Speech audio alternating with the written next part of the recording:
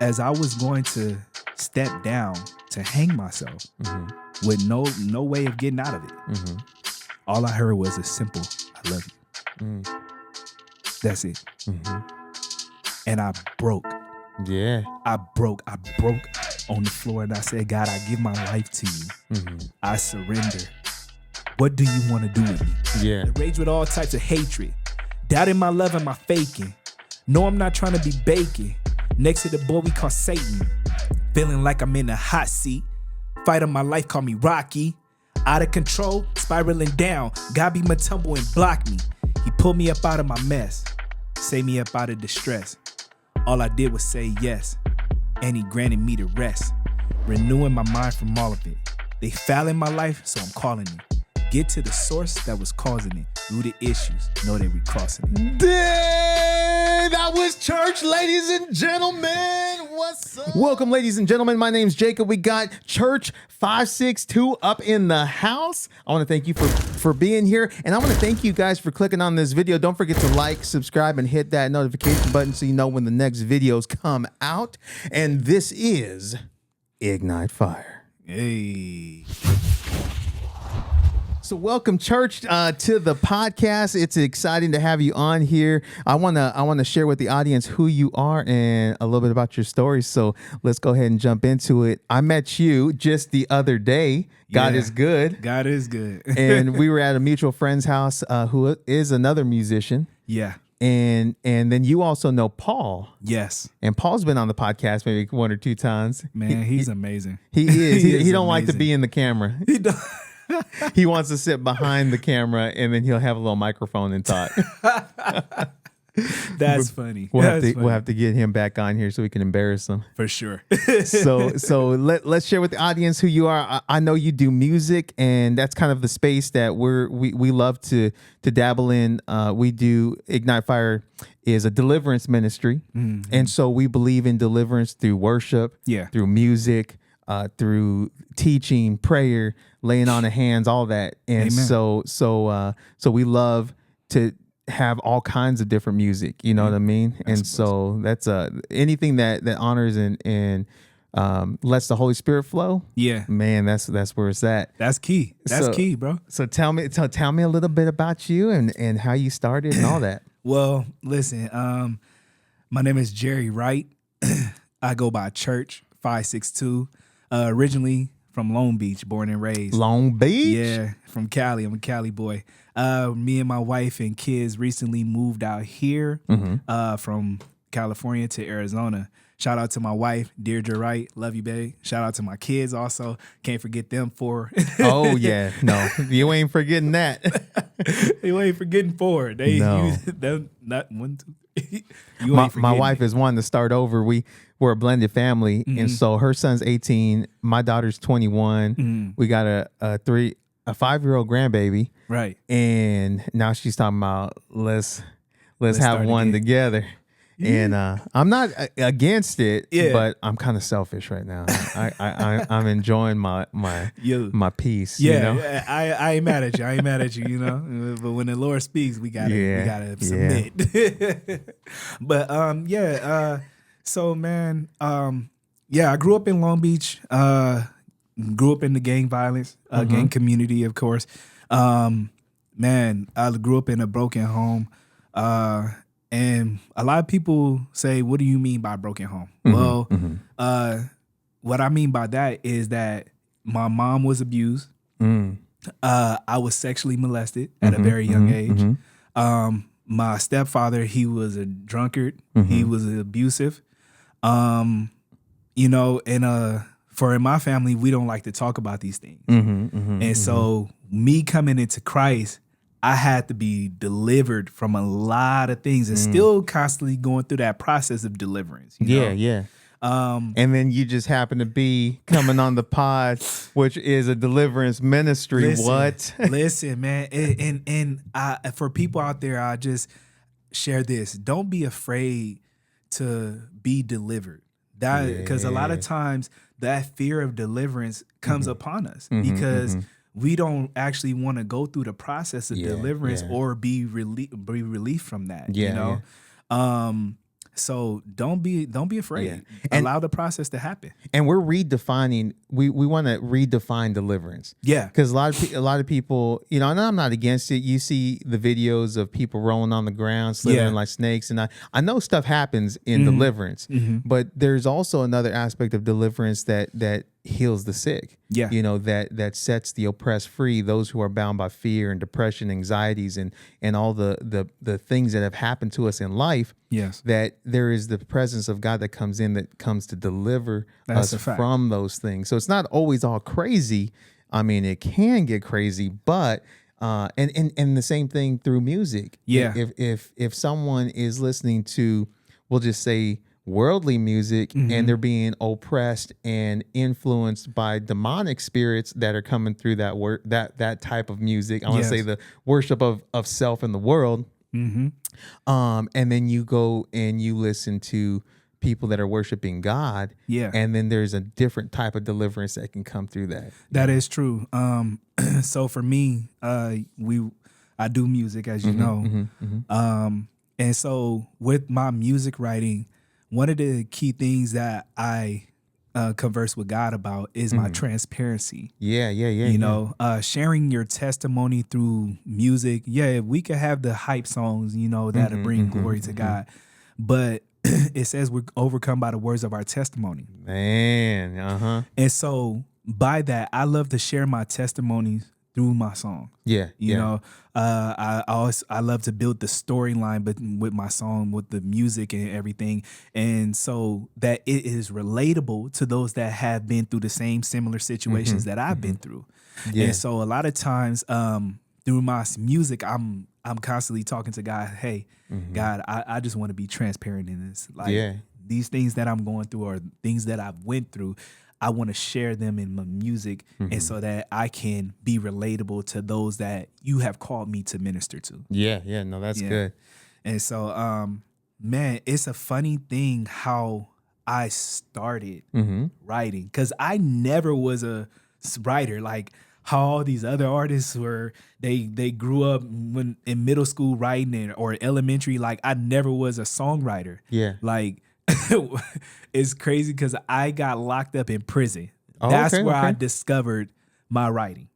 Well, hold on. There's a gap. So you said all this stuff happened to you as a kid, right? And family in particular maybe don't like to talk about that stuff.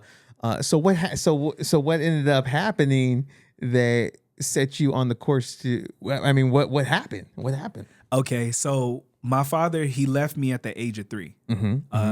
He left me in the alleyway. He had a drug deal that went bad, and I was left in the alleyway as he was trying to get away from the police. So you were with your dad at the time? Yes, while he was drug dealing. Dang, okay. Yeah, and so I got into drug dealing as I got older. I got into the scene of drug dealing and gang banging at the same time. Okay. And so in the process, not even knowing that actually occurred, but just the reason why I knew and I remembered it is because I constantly would have dreams throughout my life about that situation. Well, that's trauma too. Yeah. That's some for real trauma. Yeah. And so that instant of my dad leaving me, that stayed with me for a very long time. And so I didn't see my dad from 3 all the way till I was 21. Oh, dang. Okay. And guess where I met my dad at? Where? In the county jail. Really? Yes. Oh, dang. Yeah. Everybody's like, wait, you met your dad where? Oh, dang. Yeah. So I met my dad in the county jail. I got locked up. Right. It was right before my birthday, before I turned 21. And he came down to visit us. He was coming down to visit us and to see us. And I was like, okay, so when we're going to meet up, not knowing that I was going to jail and then he was going to jail the same day. Oh, dang. Listen to this story. So me and my dad both going to court the same day. Yeah. They call both of our names because I'm a junior. Oh, yeah. I'm a junior. So my dad is senior Jerry. Oh, dang. And so they call both of our names and I'm looking, they're like, Jerry, right? And so we both stand up. And we walk towards the bailiff and they're like, Which one? The older one. And we look at each other. I'm looking at him, and my dad was short. Yeah. So he was about like 5'5". Yeah. So, and I'm 5'11". So he's walking out. I'm just looking at this short dude. I'm like, dude, who is this dude? Like, like, who is this man? Yeah. And so I go back to sit down as he goes to court, and I'm just sitting there thinking, like, so many thoughts are flooding through my head. Yeah. And so I'm like, man, who is this man? And so instantly when he comes back in from going to court, I see him across the way. He's having a conversation with other man. He's not even thinking nothing of it, you know, to ask me am I his son or anything, which was pondering my mind. I'm like, he's not going to say nothing. Yeah. So I build up the courage and boldness, you know. I put my tough boy chest on, you know. You know, you in there, you got to toughen up. So I put my tough boy chest on. I walk up to him and I say, excuse me, do you know Kathy? And he looks at me, he like, yeah, that's my baby mama. I'm like, well, I'm your oldest son. Oh, dang. And he's like, and he looks me up and down. I'm like, and he said, boy, come here, let me look at you. So, but in my mind, so many thoughts were flooding through my mind, like aggression, anger, like just wanted to cry, wanted him to hold me, didn't want him to touch me. You know, so many mixed emotions were happening in that moment. I didn't know how to feel. Yeah, yeah. And so now, let me ask you this, because I know I've come from, I have a baby mama too. You know what I mean? And did your mom ever say anything negative about your dad to you? Well, she didn't really speak bad about him. But the emotions of him not being there. Exactly. And then knowing that he had left you there. Okay, I just wanted to know, you know what I mean? Yeah, it was just nothing against mamas out there. Nothing against mamas. Nothing. We love y'all mamas. We promise. I sometimes I could be a little chauvinistic and then I say some crude things about the ladies, but you know what I mean? I love y'all ladies. Yes. And so, man, my mom never said anything negative. She will always talk positive, even though he was doing negative things in the street. She will always uplift him and talk to us about him positively. And so, me and him, I couldn't do nothing but have a conversation with him, you know, for that short period of time, because then they took me away and sent me back up. And so, I was just like in shock. And that day he got released. And he left and went back to Georgia. Oh, because that's where he was originally from. Yeah. And so the next day, I ended up getting released right before my birthday, before turning 21. And my mom was like, so what happened in there? And I was like, I met my dad. She said, what? She was shocked. Yeah. She said, she's asked me about the story. I told her about it. She was like, oh my God. I was like, yeah. Yeah. And she was like, so how do you feel? I was like, I don't care. Yeah. You know, but deep down. Did your mom raise you in church and stuff like that? No. Oh, okay. No, she sent us to church. Yeah. but listen, we would go to this church called First Baptist in Long Beach. It was off of 10th Street. God bless the Baptist. God bless you. God bless. So we would go to First Baptist Church, and anytime my mom would send us, I would either go to the store to steal. Oh, okay. Yeah. Yeah. Or I would go to the hood. Yeah, okay. Because the hood was right up the street. And so I attended church sometimes. Forgive me, First Baptist. Forgive me. So you heard a little bit of the word, huh? A little bit. We are gathered here today for a bit of good news. So yeah, man. Yeah, my mom did send us to church, but then as we got older, we just kind of like did our own thing, you know. I had one of my closest best friend, who is my brother even today. His name is Keenan Padaway. Love you, bro.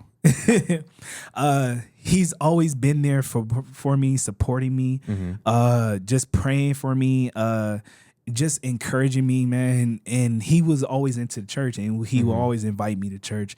And so I would go with him time to time. How long did you go to jail or prison? or was it jail or prison? I went to prison. Okay. I was in and out of county jail. I was in and out of there. So what put you in if you're willing to share on that? Yeah, I don't mind. Okay. And then how long did you do? Okay. So in prison, when I went to prison, I went for something I didn't do. Oh, okay. Okay. That was the crazy part. That's the grace of God. Listen, if you don't know the grace of God, you gotta let God open your eyes, because I could have went for something I did do. So I went. The irony in that. Exactly. Right? So I was actually with a group of my cousins, and I was going to, go buy them some phones, and we were going down the street, and they decided to take this old lady's purse. Mm-hmm.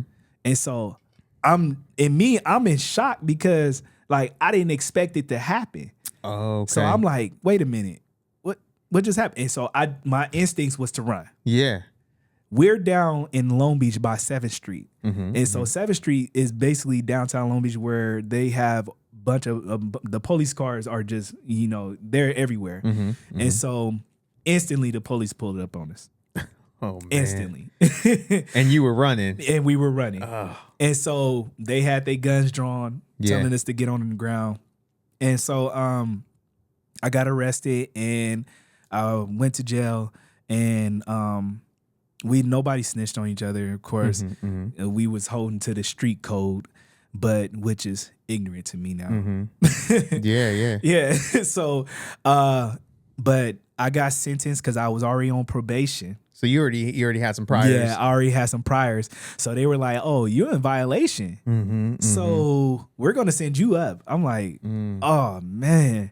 So they were looking to give me 17 years. Oh, dang. Yeah. Whoa. They were trying to give me 17 years the first time I went to court. Wow. So they went back. They sent me back. I guess the DA and the public defender who I had as a public defender. Public was pretenders. Yeah. I've had a couple. Listen. We not got nothing against y'all. Yeah. They got so much work, you know what I mean?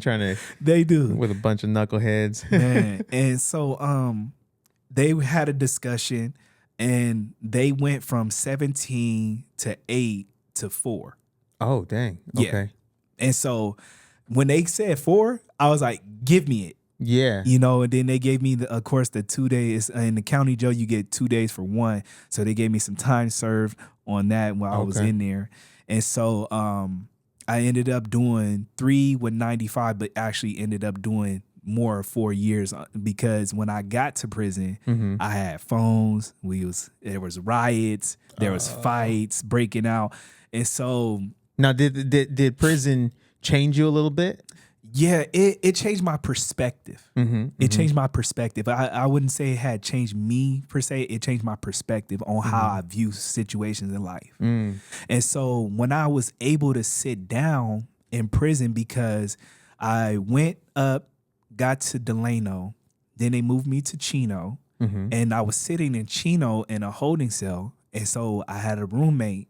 And then once the roommate left out, he was shipped out of state. And so I was sitting there, and I was like, God, why am I here? Why am I here? Stupid question, right?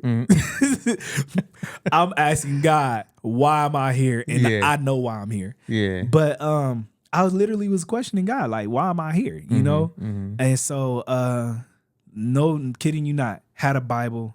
I was reading it one night, and then my own thoughts started getting to my head. I wouldn't say the enemy. He may have played a part, but I would feel I would have to give credit to my own thoughts. And so I was contemplating suicide, being in a holding cell, in the cell.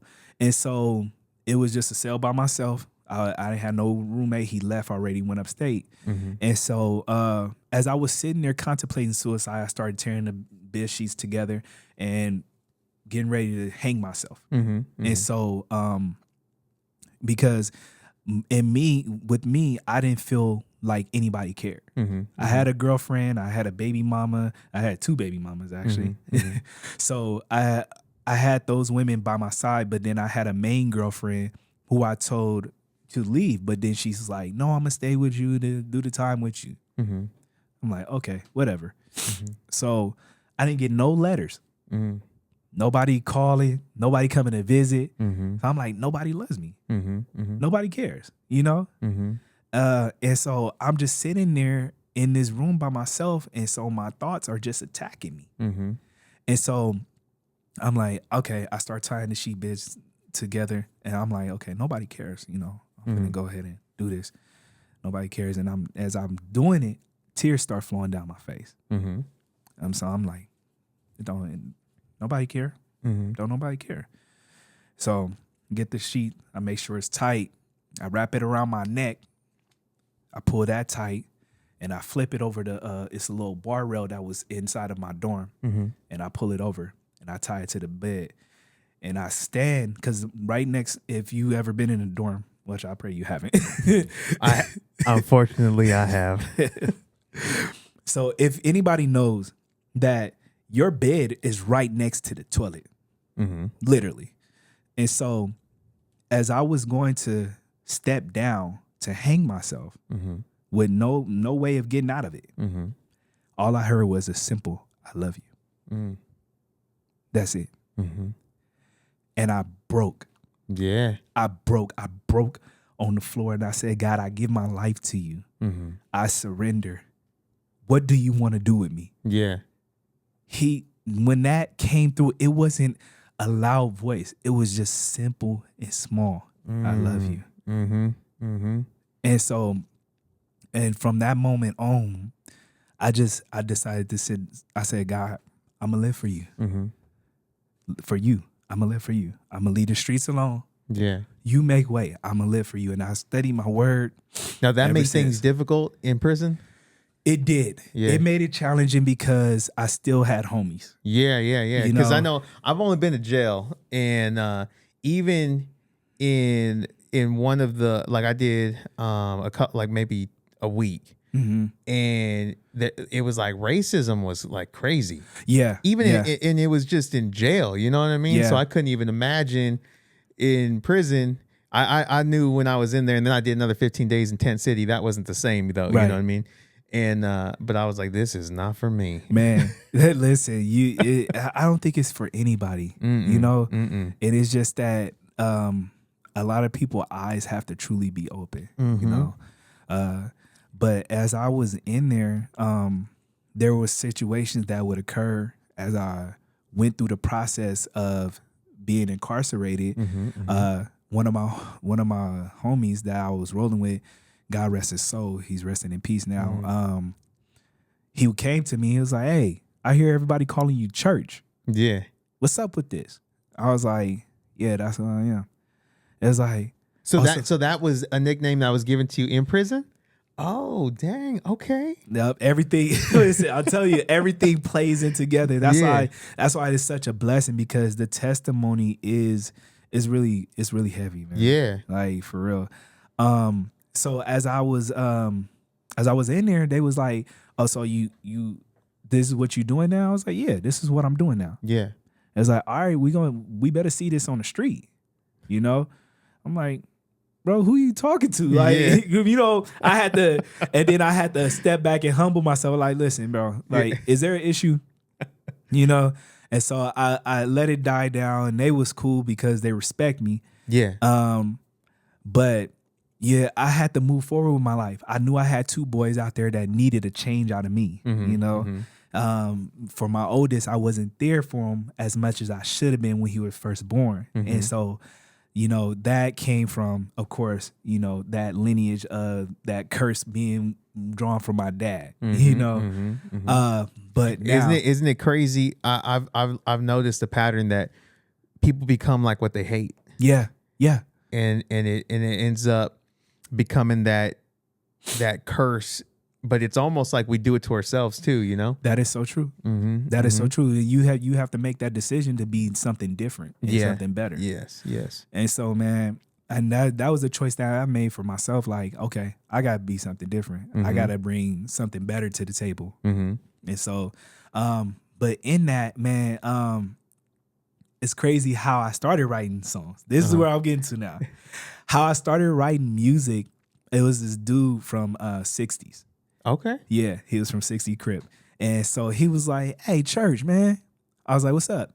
He was like, why don't we do a gospel rap song? I was like, oh, what? I was like, bro, I don't know how to rap. Yeah. He was like, come on, I'm gonna help you. Don't even worry about it. I'm gonna help you. I'm like, all right, bet. So he started writing, and now I was like, how do you do this? He was like, every 4 bars. Yeah. Every 4 bars. Rhyme yo every 4 bars. All right. I was like, okay. So I just did it that way. Mm-hmm. And so the first song I ever wrote, and nobody ever heard this. A few people actually heard it. Uh-huh. It's called Praying for My Life to Change. Oh, dang. Okay. Yeah. So it was a dope song. He actually inspired that song and encouraged me to write it. And I was just like, this is crazy. I never knew I had this ability. Yeah. You know, because I would be the one that would beatbox like, yeah. You know, for my boys, you know how high school you would beatbox for people. Yeah. So I would be that person. Like, come on, I got y'all beat. You know?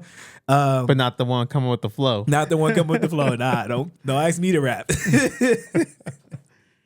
But yeah, man. And so I continued it. Yeah. I kept writing songs, and I was just like, you know what, let me just continue this, you know? Mm-hmm. And then I started getting better. And then now this is what happens when you don't live in purpose. See, I was stagnant in my purpose. Yeah. Now, I believe for me that I'll be further along in the music ministry because what God gave me. Yeah. This just didn't come from me. It came from God. Yeah. Like truly ordained from God. And so when you focus on what God's will is for your life, listen, the plans, if you just follow the structure and plans, he will move you forward in that. Yeah. And he will continue to sharpen you in that. I would have to say in the last 3 years, I actually started really focusing on the music. Oh, okay. Okay. And it's been 10 years since I've been out of prison. Okay. Yeah.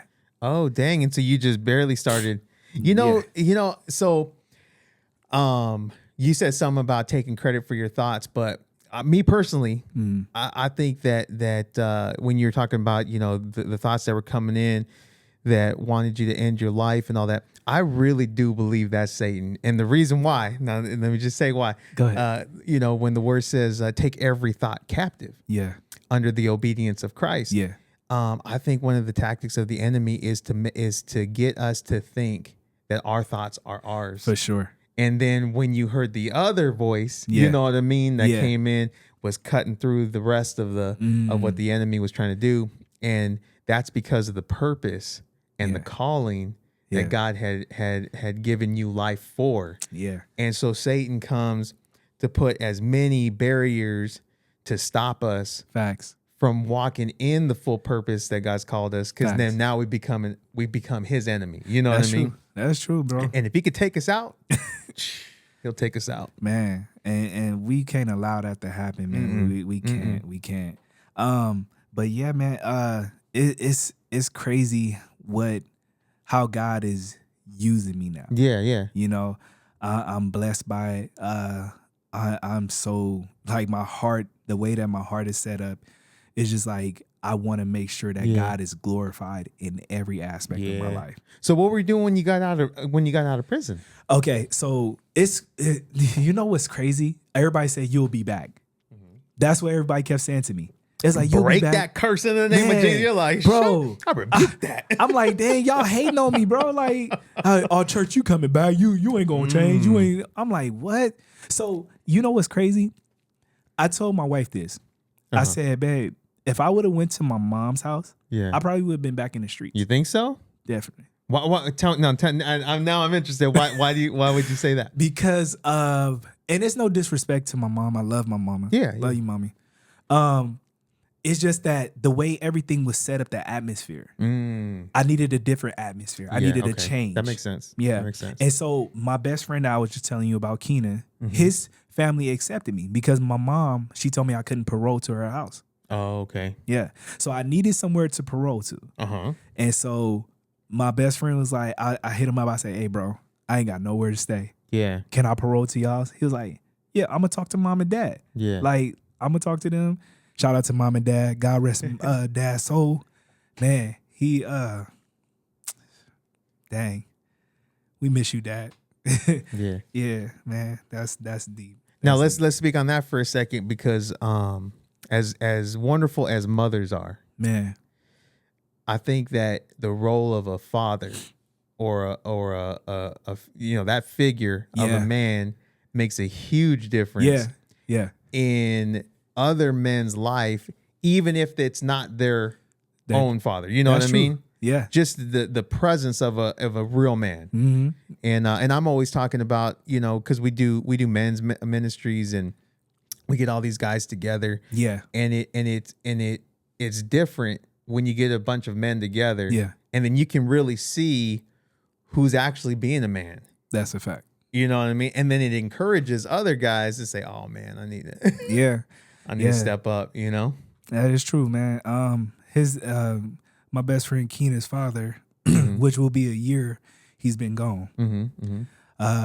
He was a different man. He was hard, but he was by the book. So he was some discipline. He loved in his own way. Yeah. You knew he loved you because of how he came at you. He had a standard. He'd be like, "Hey, Yeah. Like, if he start talking, everybody like, wait a minute, dad talking. Hold on." Yeah. So I learned a lot from him. Growing up with my best friend and his family. I'm thankful to God that I was able to live with them and experience just a whole type of lifestyle, because they were into church. And so my best friend, he constantly went to church, that was his thing, like going to church, and how old were you at this time? At this time I was 25. Okay. And so when I came home, I met my wife that same day. Oh, dang. Okay. August 31st. So how 2012. Did that happen? Yeah, it's crazy. Listen, man, it's crazy because I was not expecting to meet my wife. I was not expecting it. And so when I met her, the day that I came home, I actually brought my youngest son with me. And so I walked into my best friend's house, and he shook my hand and everything. And then, she's leaning over, and I see her, and she's leaning over talking to my best friend and stuff, whispering in his ear. And I come over and shake her hand, and I'm like, "Hey," put my smooth voice on. "Hey, I'm Church." She like, "Boy, I know who you are. You Jerry." Like, I was like, "Dang, she just, she just did me like that." Yeah.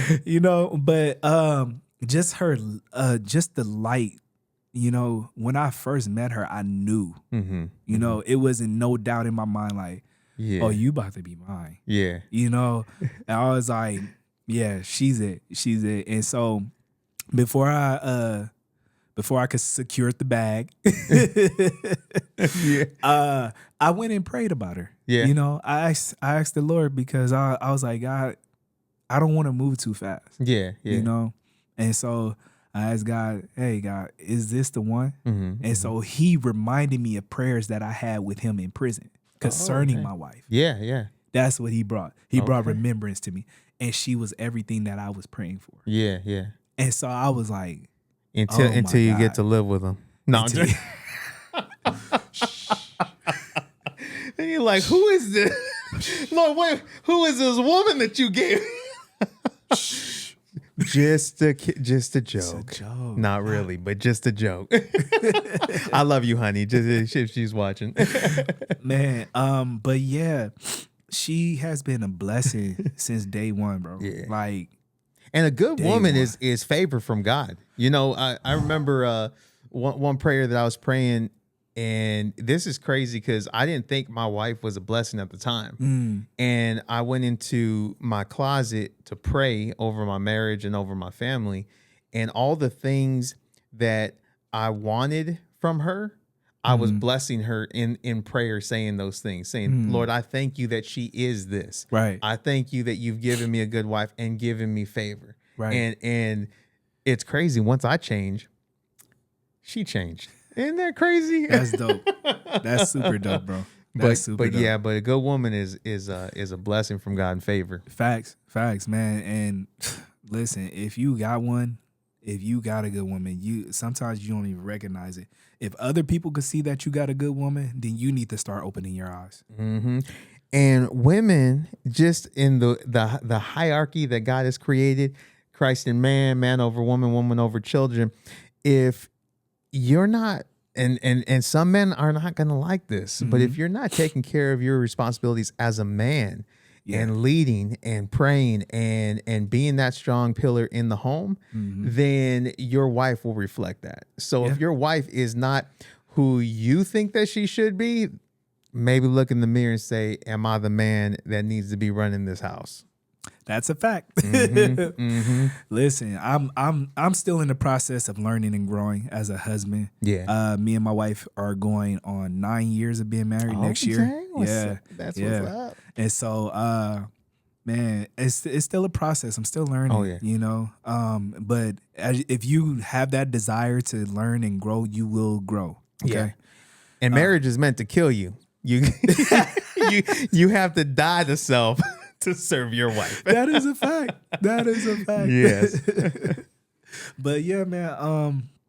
I met her. Like I said, I met her, and we went to church service that night. Yeah. And I got to see her worship. Now, was this in California? Yeah. Okay. I got to see her worship. Oh, That was the. Yeah. When I seen her worship. Yeah. And she didn't care about who was around. Yeah. She was like, "No, Father, I'm in love with you." Yeah. And you could see her heart, like when she worships. I was like, "Girl, you about to take me over the top." Yeah, man. You know. And so I was just enamored by her worship, man, and her praise, and just where her heart was submitted at. Yeah. So, but it's crazy, man. How God was blessing me, because you know how when you get out, it is so challenging to find a job. Man, God was opening door after door after door after door. I have had a job since I've been home. Yeah. Every time. The scripture's legit when King David said, I've never seen the righteous forsaken or his seed begging for bread. Every time, bro. I thought it would be so challenging for me to get hired. But every time, every job was a new level for me, though. It was a new level. It was Okay. He was taking me up. It was increasing pay.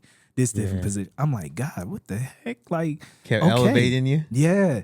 And so it's been a blessing ever since then. And then as I reflect on just what God has been doing, I don't never deny the things that he does. Man, I got so many testimonies. It's just ridiculous of what God has done in my life since I came home from prison. And it's like when people say that they can't make a change, it's because they decided not to. Oh, yeah. Like, honestly, you have it. For one, I told you I had to change my atmosphere. You're not deciding to change your atmosphere. Yeah. Oh, yeah. Like, you're not changing the things that you're used to. You're used to being in the hood. You're used to being on the block. So when you come home from prison, of course you're gonna go back to jail because you're going right back to the same old things. Yeah. Changing attitudes, thoughts, ways of thinking.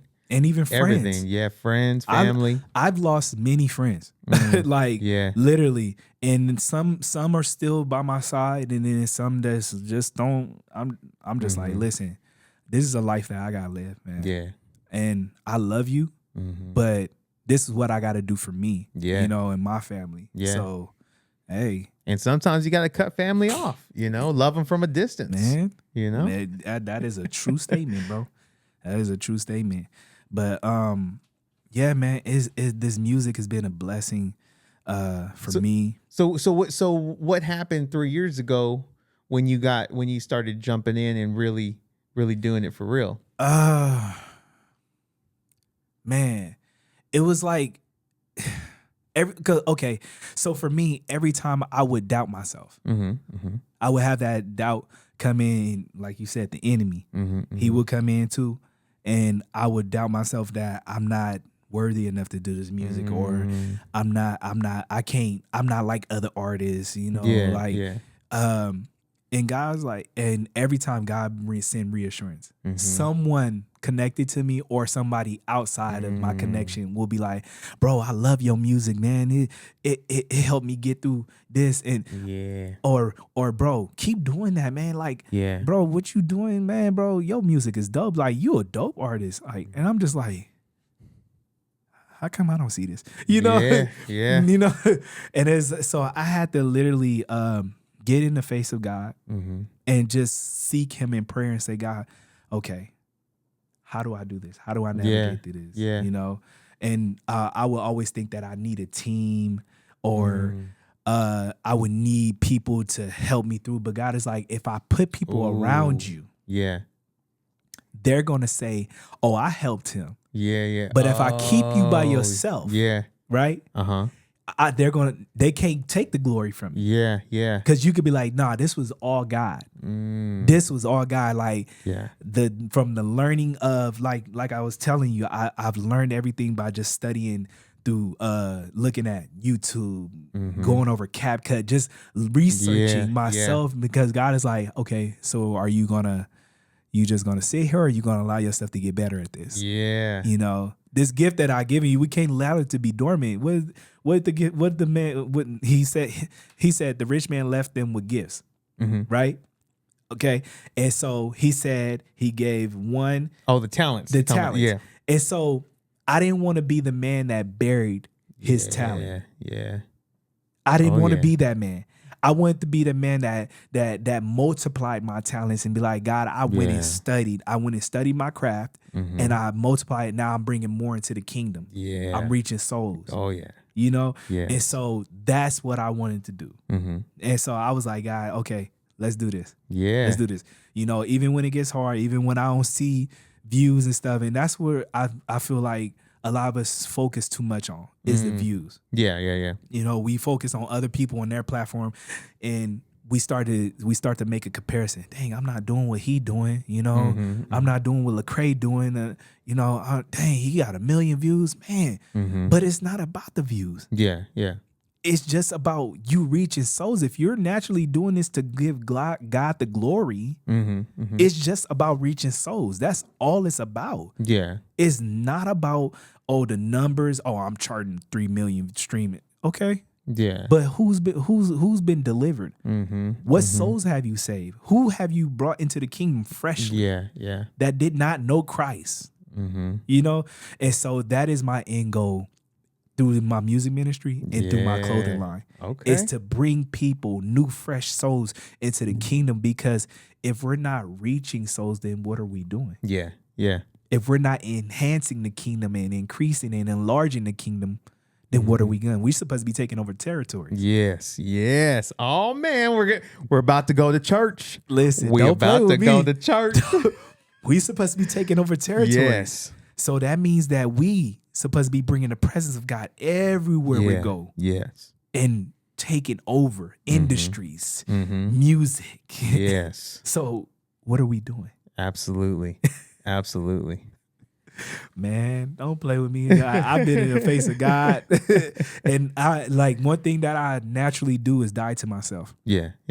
I do not play with God when it comes to, I'm so sensitive when it comes to stage or platforms or titles. I'm God, you get the glory. Am I doing this according to what you want? Like, before I even put a song out, is this what you want me to put out?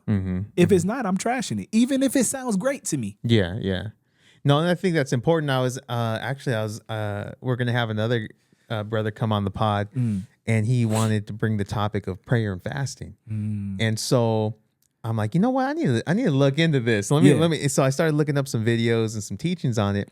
And the first teaching that I listened to was the guy said, God resists the proud, but he gives grace to the humble. And he said, and then he brought up where there's scriptures where King David said he humbled himself and he fasted before the Lord. And then you know what I mean? And so I think there's some really to that, is if we try to promote and try to make a way, then that resistance that comes could be God saying, I'm resisting because of the pride that you have. You know what I mean? Facts. And then the moment that I say, okay, I'm gonna humble myself and submit to you, then all of a sudden that elevation comes. Yeah, man. And that's the key, is when we do humble ourselves, we allow God's will to be done. And that's why this shirt is so, my clothing brand is so important, man. I'm telling you, like, this is not one thing. I tell you, I talk to God a lot. I'm telling you, I built such a conversation with the Father. Yeah. Like, I didn't know how to talk to him at first, but I just talk to him now. Yeah.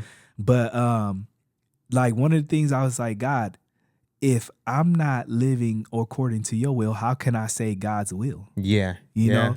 And so I want to make sure that I'm applying all of his principles to my life, you know? Yeah. And so this is not just a shirt. Yeah. It's not just a clothing line, but it is a lifestyle. Yeah.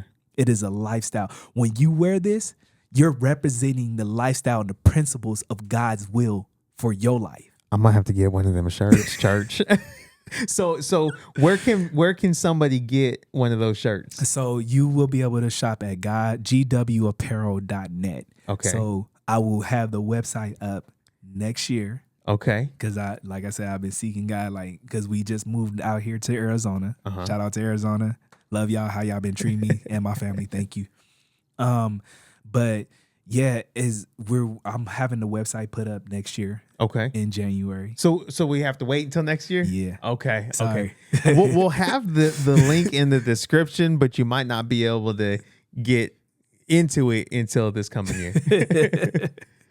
But yeah, man, it's just because I needed to seek God, and where He wanted me to go with it. You know, the direction He needed me to go with it, and so consistency is key. Oh yeah, it's the only cheat code. Yeah, man, for real. Because when you see, like I said, when we talk about seeing comparisons in other people's brands, I have to get myself out of that. Oh yeah. I have to pull myself away from that comparison, because I see other people's brands popping. And I'm like, dang, like, his brand not even all that. No hate to nobody. I promise. It's good to see. It's good to see what people are doing, but then when that comparison comes in, it can be the thief of joy. Exactly. In that comparison, you start to hate on another person's brand, but they're my brother in Christ. Yeah. And I'm like, bro, what? Like, why am I hating on his brand? That's my bro, or that's my sis, you know, building a brand. So it's like I had to pull myself away from that. And so I was like, okay, God, whom the brand needs to touch, it's going to touch. You, whoever lives you want it to touch, is going to touch. And so I want to make sure I put myself down and let it be your will, God's will. Yeah. So, I like it. Listen, man, and that is the whole plan. Because when you think about it, everybody wants God's will for their life. Oh yeah. But do they want to live the principles of God's will? If you wonder what God's will is, just open your Bible, because His word is His will. His word. Hey, you know what's crazy? My wife actually came up with the scripture for this. It's Ecclesiastes 6:10 for those that want to look it up. But in short terms, it says it on the back. It says it's no use arguing with God about your destiny. Oh, say what? Because at first I had Jeremiah 29:11. You know, he knows the plans for our life. Yeah. And everybody knows that scripture.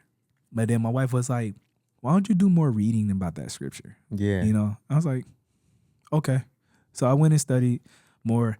And then she was like, now study this one. Yeah. Ecclesiastes. I was like, okay. So I went back and studied that.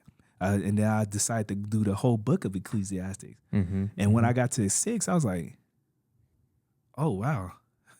Yeah. Okay, God. 6:10 it is, you know. So what's because I know that Ecclesiastes, King Solomon's talking about all his vanity, building up your own kingdom, you know what I mean, for self, and in the end it's all nothing, it's worthless. Yeah. So what's 6:10? So 6:10 is basically, it's just like when you get to 6:10, it's just basically talking about purpose. Oh, okay. In the plans, it's all summed up into one. And so in the NLT, like I said, it's basically saying, hey, you could bring your plans to God, but it's no use arguing with Him. Oh, gotcha. It's no use arguing with Him. Yeah. Because He already have it. It's already set. Everything is already set for your life. Like, watch. Look up Ecclesiastes 6:10. Y'all gonna be like, oh, this dude know what? You probably ain't even read that scripture, or you probably haven't, just skimmed over it real fast. I know I skimmed over it. Yeah, I'm telling you, it's so good when you really read it and then get other translations. You be like, wow, I did not know this meant that. Yeah. So when I went in and read it and read the other translations, NLT, NIV, Amplified, the Message, I was like, oh. breaking it down. Yeah, breaking it down. Yeah. So it was a perfect scripture, and then how it fits so perfectly on the shirt. It looks good, man. Yeah, it looks good. That was all God. He gave me that vision. He gave me another thing. He gave me this in prison. Oh, really? And then you just started doing it, right? And I just started doing it. I started doing it during the pandemic. Okay. Everybody started they clothing lines during the pandemic. The pandemic. Listen, during the pandemic, everybody was, hey, I might as well start my business. Start my business online. We're gonna do it. Listen, man. But God had gave me this in prison. I remember it like it was yesterday. It was 2009. Yeah, and I was sitting on my bunk reading Jeremiah 29:11. In Jeremiah, and he said, "I know the plans that I have for you." Yeah. You know, and I was like, God's will. I was like, wait a minute, and I wrote it down. I was like, "Oh, this could be a clothing brand." Yeah. Oh, and then I was starting to draw out like outfits and stuff and shirts and pants for it. I was like, "Oh yeah!" Like I literally still have all of that. So you were already starting back then, man. And God put it in, dropped it in. When God gives you vision, all you got, He said, write the vision and make it plain. Because without vision, the people perish. Listen, man. If we just depend and trust on God with the vision that He's given us, downloaded into us, man, I'm telling you, it will go further than you think. Yeah, man. That's it was interesting to this earlier today. I was praying and talking about the prayer and fasting. And there was a moment, because I haven't eaten today, you know what I mean? And there was a moment while I was listening to the sermon where I was in a part of town where my internet wasn't working very well. Yeah. So then the sermon stopped at a certain point. Yeah. And it left me to dwell on what was just said. Right. And so as I'm sitting there dwelling on what was said, it was like that moment that realization hit where I'm like, Lord, am I doing this? Or am I allowing you to do what you want to do? Right. And so then it was just a quick shift in my spirit where I said, Lord, I'm releasing this. I'm releasing our ministry. Yeah. I'm releasing what I think we need. Yeah. I'm releasing where I think we need to go. Yeah. I'm just gonna release it. And what happened was I became present right here, right now. That's good. And I've mentioned this before, and I didn't realize I wasn't even in it for the longest time. Was God is always right here, right now. Yeah. He's not in the future. He's not in the past. He's right here. Yeah. And what's crazy is when we're thinking about the future, we can have fear of the unknown. That's true. We think about the past, we can have depression because we're thinking of all the failures of yesterday. Yes, sir. And we're never really just right here in His presence. That is so true. That's good, man. That's good. It's crazy how the smallest things will take you out of His presence. Oh yeah. The smallest things. Oh yeah. And we have to remember to stay focused. That just reminds me, okay, because we're gonna talk about marriage real quick. I may think I'm in His presence, and then my wife comes home, and then next thing I know, how did I get out of His presence so quickly, And we get in an argument, and she's like, "What's wrong with you?" And I'm like, "What's wrong with you? I was just fine sitting here on the couch enjoying myself with the Lord, and everything's been good." And then I remember hearing somebody he said, all the things that interrupt you just show you where you really are. And I'm like, man, I guess I wasn't in the presence, I'm laughing so hard because that exact thing happened to me like a couple days ago. I woke up at like 4:50 in the morning to study, and then my wife said something negative. I'm like, what? It's like that switch was just hit, you know. And then I had to reel myself back in. I was like, oh my God, this girl is sugar right now. I love you, babe. I promise I do. That's like I remember this wise old man that used to mentor me. I said, man, they're just pushing my buttons. Yeah. And he's like, well, what do we need to do to get rid of the button? And I was just like that. I was like, he's like, you shouldn't have any buttons for people to push. Wow. And I'm like, dang, man. It was like a Yoda moment, you know? Wow, that really was. Yeah. What buttons do you have that people are pushing that you still let be visible? Mm-hmm. Wow. Mm-hmm. And so I actually I'm working on putting together a little thing, and people get it's kind of controversial because people think, especially in the church, they think that there's good anger. Right. And they call it righteous anger. But I don't think I've ever used righteous anger and looked behind me and there wasn't a row of dead bodies. You know what I mean? Right. And this is just personally, I've never produced anything out of good anger. You know what I mean? Facts. But I realized, and it was kind of watching the movie Big George Foreman. And he's talking about how I'm watching the movie and how he becomes this great boxer, right? And he used all his anger to do it. Yeah. But then he gave his life to Christ. Yeah. And then he says, I'm going to do it, but I can't do it with that anger. Right. And he did it. You know what I mean? So Yeah. he was able to do something that no one else has ever been able to do at his age. Yeah. Go right back to the top without using the anger, that destructive anger that he had before. Yeah. So I've been saying anger, I believe, is the root of all spiritual sickness. Yeah. It's a root to a lot of physical disease and issues in the body. Mm-hmm. And so I think that's the major button. Yeah. That I'll say for myself that I have that I want completely removed, because I know that I can stand up for justice without that anger. Yeah. You know what I mean? I can protect the weak without having that type of anger. Facts. I could do it out of love. Yeah, that's true. You can protect the weak. You can help those that are helpless. Yeah. You can fight evil with love and be just as productive or even greater, or even more productive than doing it with anger and hate. That is true, man. And even when you want that anger to be gone from you, you're honestly put through some tests. Some challenges. Me and my wife, we have a 3-year-old baby girl. Mm-hmm.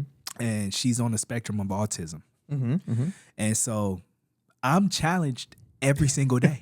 Yeah. Because her behavior patterns are completely different from my other children. But it teaches me to show the grace and love and kindness to all of my children all at once, not just the one that's on the spectrum. Yeah.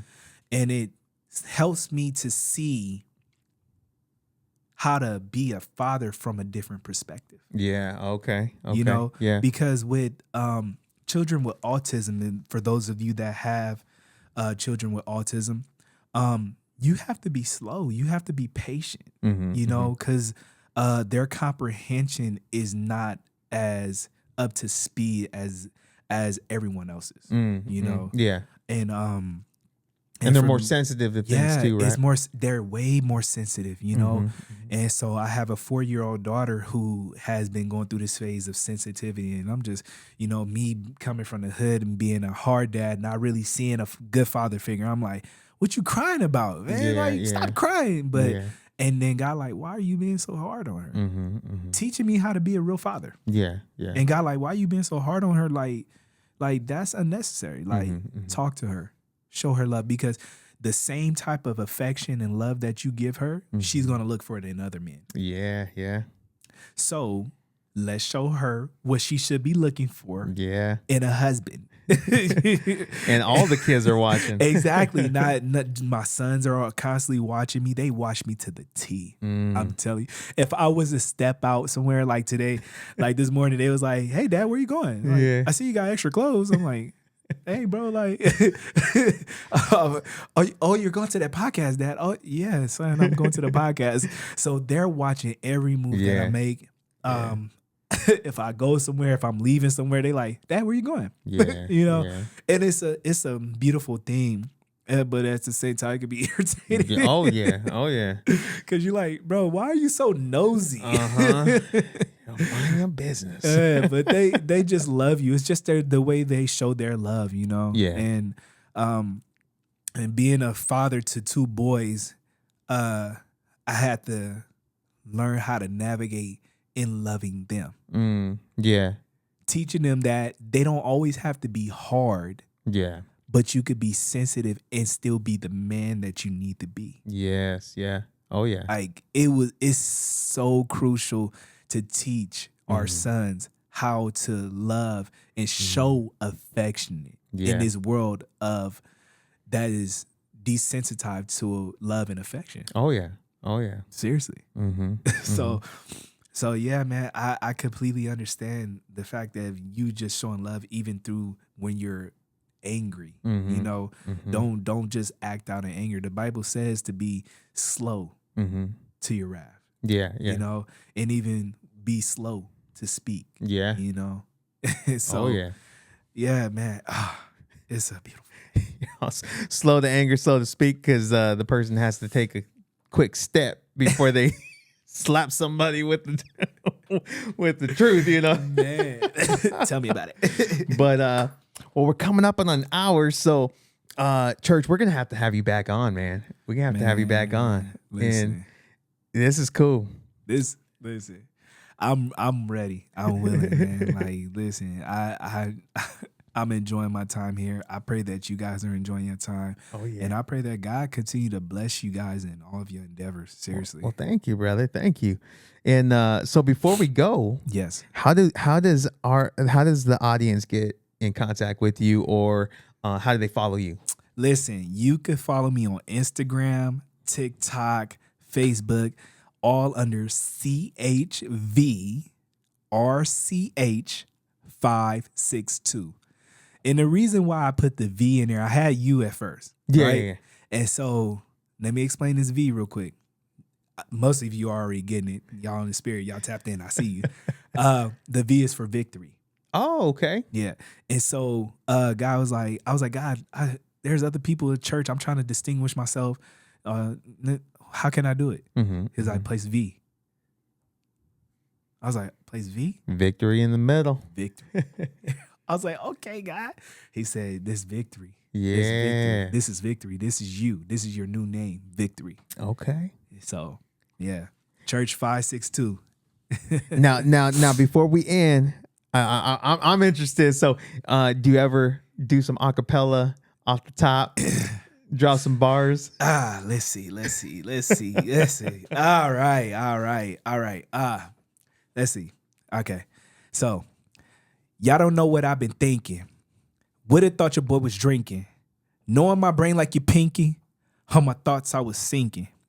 Mind someone throwing suicidal threats. In the war like we playing chess. Real issues and they got an address. You don't get it like subliminal text. Freedom is freedom, that's true indeed. You don't see the way, but it's clear to me. Intelligence low like your stock should be. Philosophy, something like Socrates. Reality's what I'm facing. Put a mask on it, call it Jason. Stuffing issues down in the basement, then they rise up like draws chafing.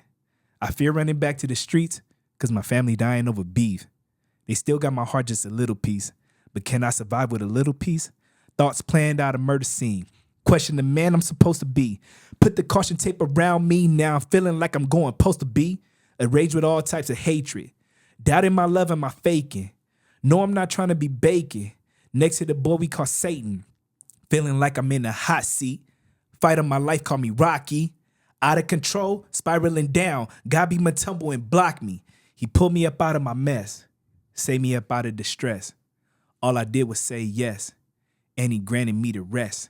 Renewing my mind from all of it. They foul in my life, so I'm calling it.